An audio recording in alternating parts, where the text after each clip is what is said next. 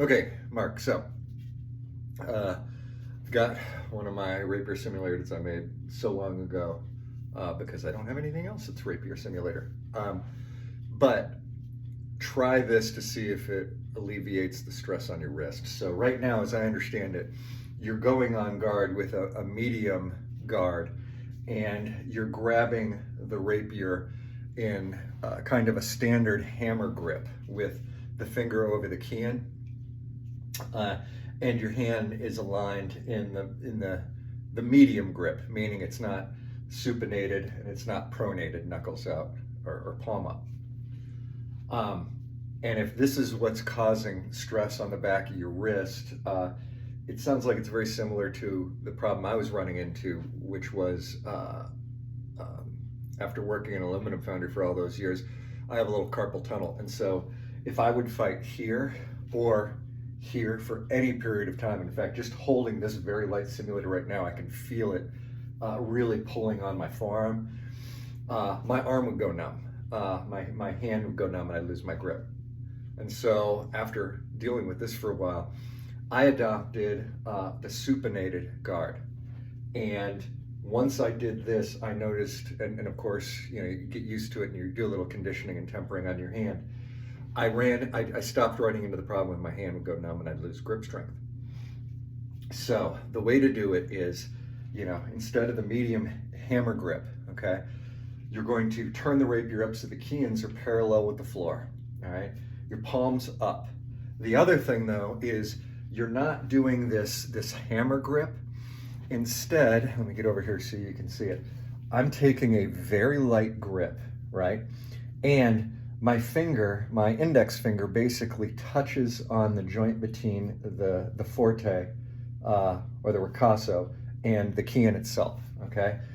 And the rest of my hand, in fact, I can stick my finger in here. It's a very light grip, okay? And the pommel falls basically against my wrist here, okay? So when you're fighting from this position, your palm stays up, and so your guards, your hand stays up, and your parries, your hand stays up as well. Now that means when I'm on guard to my opponent, if I'm doing an inside line parry from here, all I've got to do is push my hand across, right? And you'll notice that it is cut off the line so that, if I've got a blade here, it's obviously going to pass by my body and I'm not parrying way out here. It's just here, okay? Similarly, if I'm going to parry to the outside, all I do is just pull my wrist over a little bit, and you can see it deflects to the outside.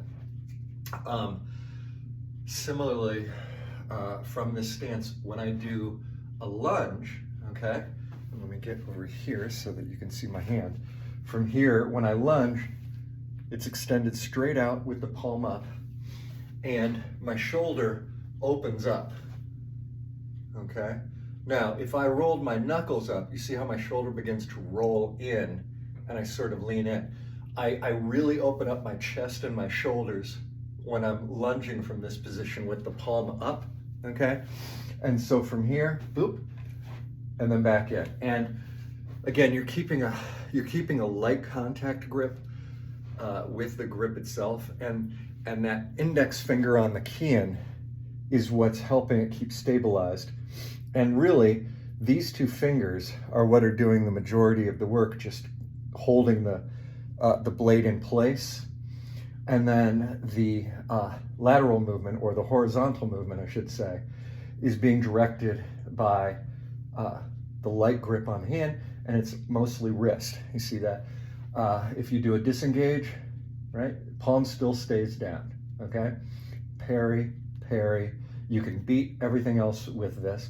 And if I go into an opposition attack where I want to catch their blade in a single time attack, boom, okay? So try that and let me know, and you're gonna have to get used to that new fencing position. But try that, give your forearm and hands some time to acclimate to it. It should eliminate that pinching you're feeling at the base of your wrist. You will, of course, until your hand gets used to it, until it gets tempered, your forearm and your fingers are probably going to get tired pretty quick, and you're going to have to get used to fencing from this position. But once I changed to this position and got used to it, I stopped having that grip strength loss. It really changed everything for me. And this is how I've fenced since then until I stopped doing competitive fencing, okay?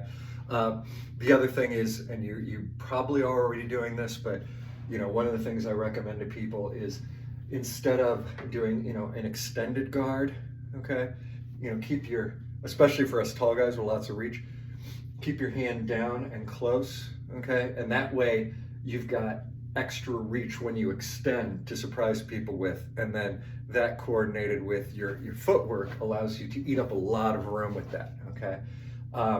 And of course, since it's closer to your body, you've really got more mechanical advantage and control over the actual blade itself as opposed to out here. One time I was fencing out here, and you'll see guys that do Spanish that are out here, but for an Italianate style with a lot of blade movement, I find it's better to keep it here so that basically there's a fist distance between my side and the back of my arm, okay? So let me know if that helps. If you keep running into problems with it, let me know and we'll see what we can do to revisit it. Thanks.